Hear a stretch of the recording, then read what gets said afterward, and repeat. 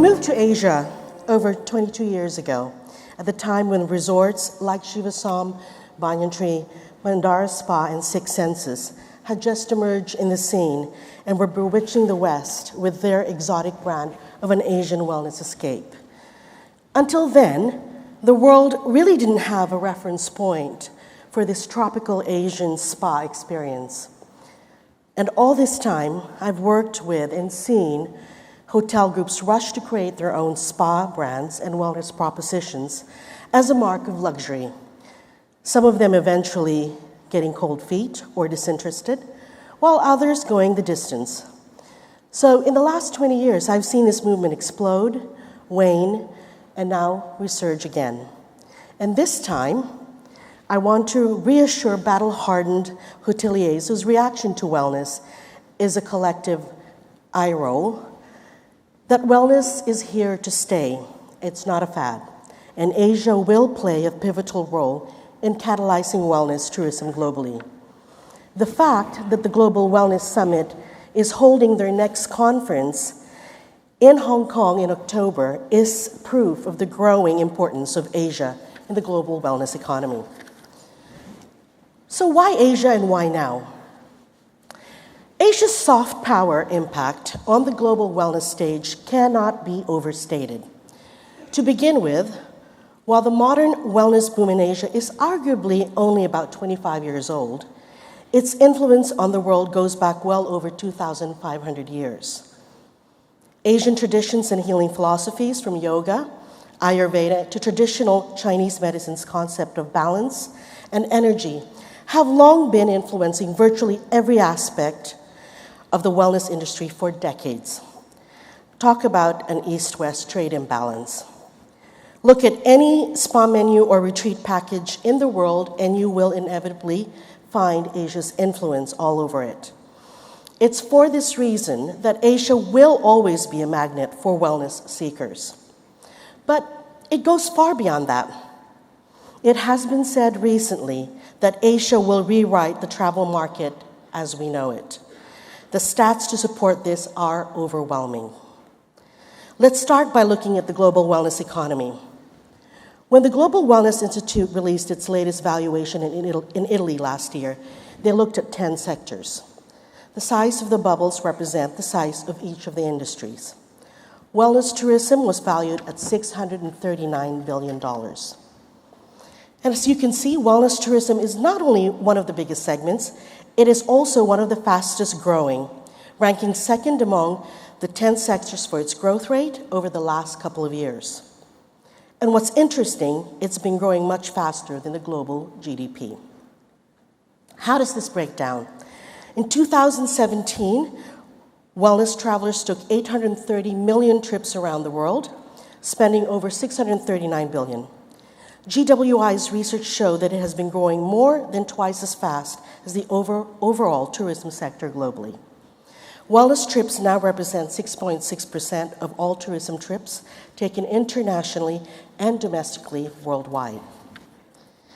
And looking at Asia specifically, wellness travelers took 258 million trips, which is about 1/3 of the world's total, and spent $137 billion last year. Now, this volume of activity creates tremendous impact on the economies. It's estimated that these trips created more than 10 million jobs in Asia alone. And in Asia, wellness tourism has been growing about 75% faster than overall tourism over the last couple of years. Wellness tourism is strong and growing in every single region around the world. Asia Pacific may rank third for wellness tourism expenditures after North America and Europe, but it has grown the most over the last 2 years in its number of wellness trips and expenditures. What is contributing to this growth?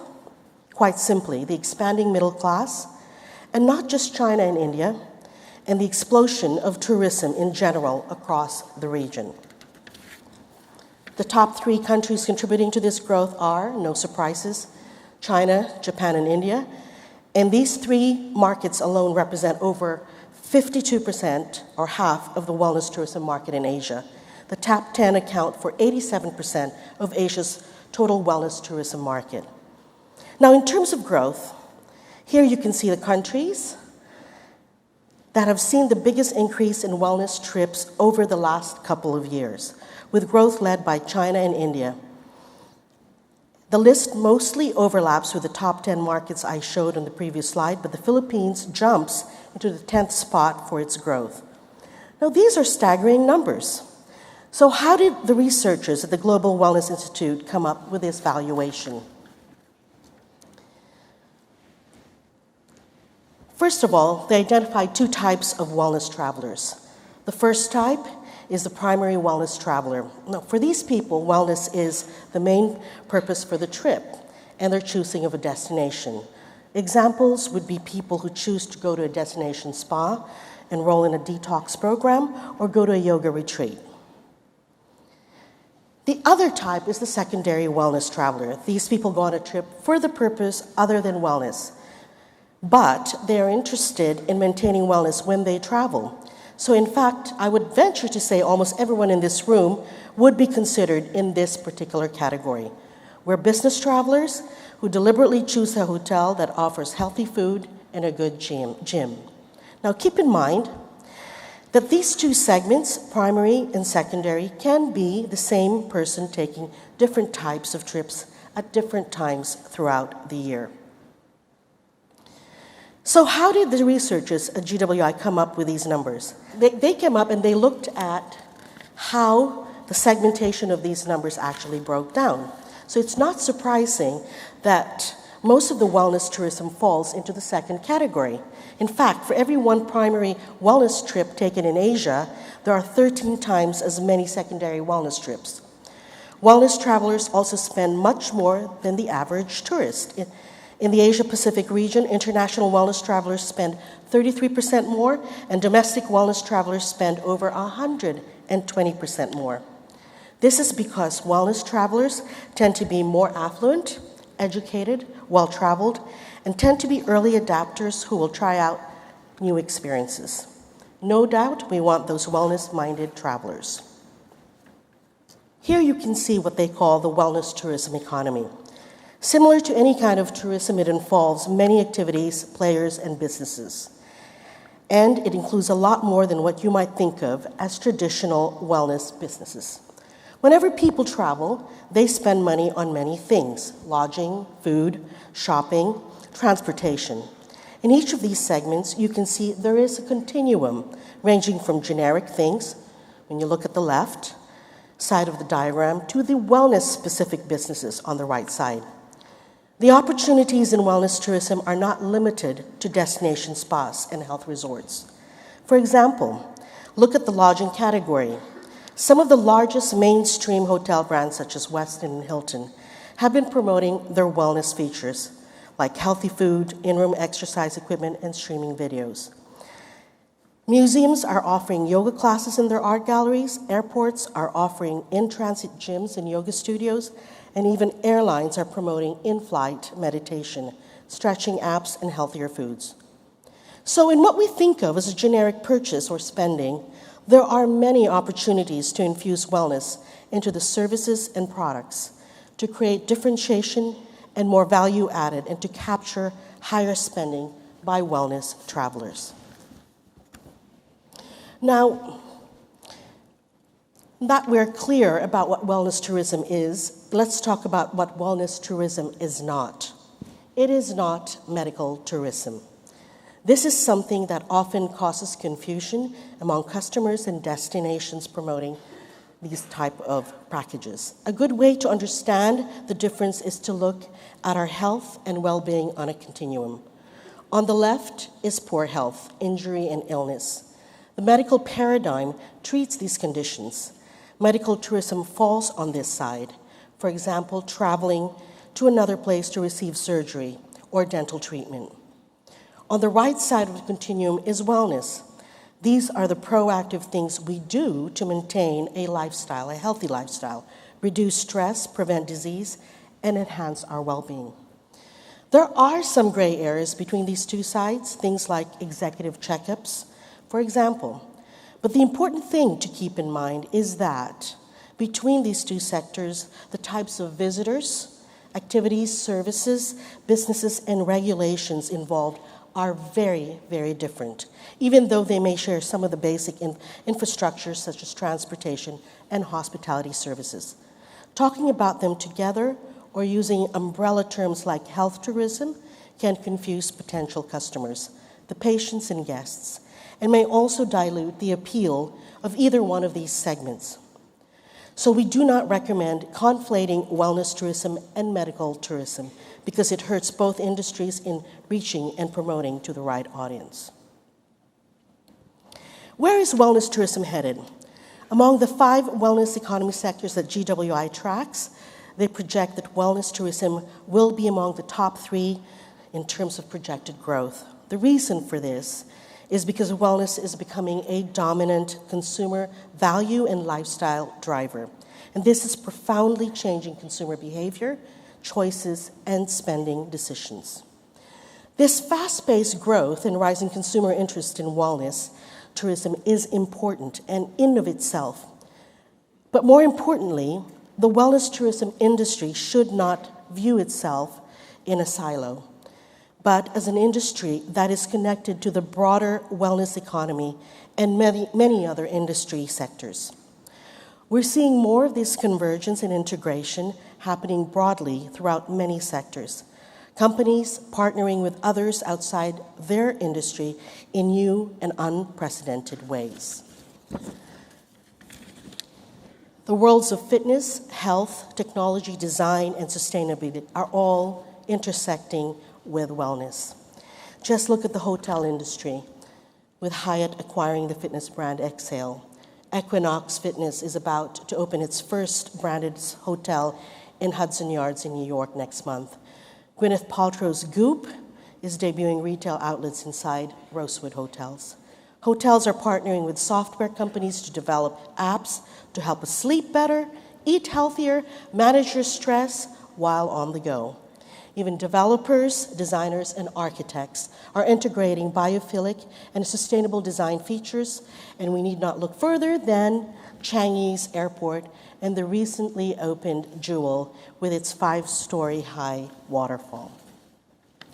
Wellness will continue to bring seemingly disparate parties to the table because in this ever-broadening lifestyle, it is a value proposition that's universal in its appeal. After all, who doesn't aspire for wellness and who isn't living stress lives today? I don't see any hands coming up. Which brings me to the final section of my talk. Who will be driving the luxury wellness tourism boom in Asia? Who do you need to keep in mind when you're developing your next spa, destination resort, or travel experiences and packages? ILTM commissioned our team to identify the 3 main archetypes driving this explosive growth, and we came up with a few that we'd like to share with you. These profiles cut across demographic and psychographic lines. I can safely say, if you based your strategies on any of these market segments, you will succeed. Let's start with the first and probably the most important one.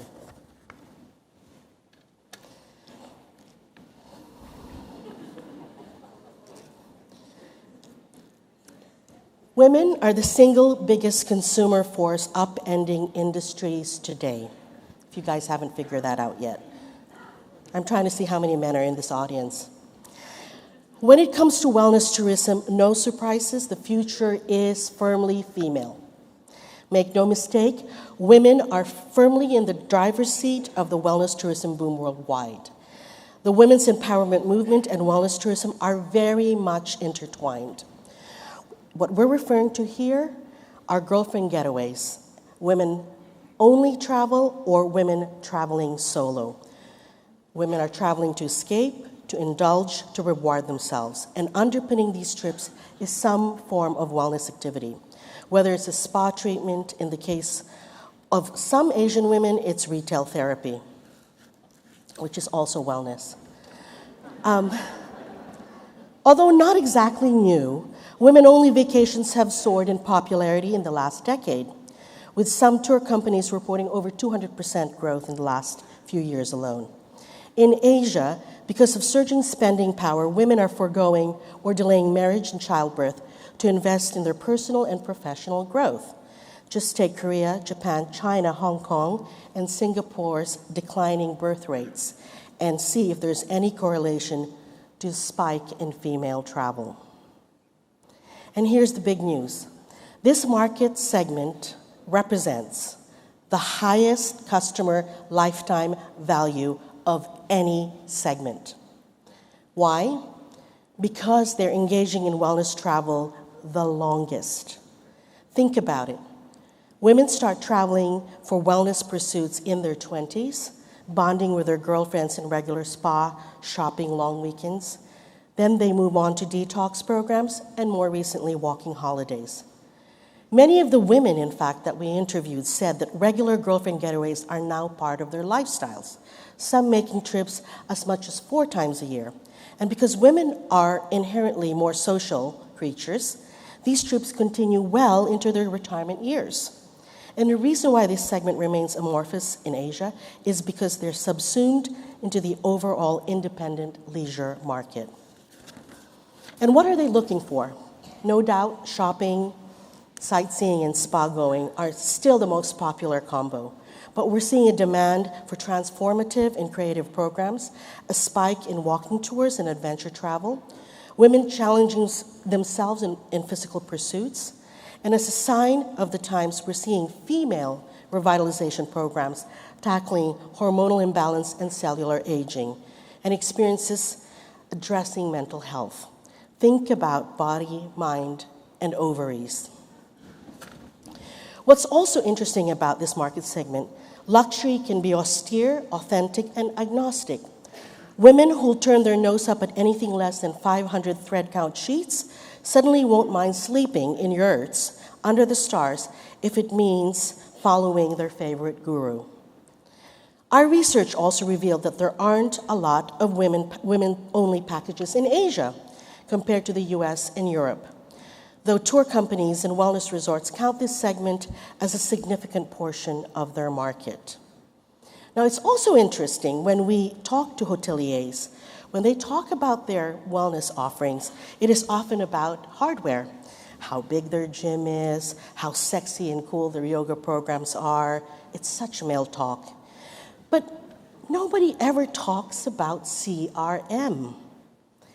How are you reaching this market, and how are you engaging and retaining this market for the duration of probably several decades? I mean, these women are sitting right in front of you right now. How are you holding on to them? So, contrary to popular belief, women may be fickle, but they can be loyal, which brings me to my next important segment.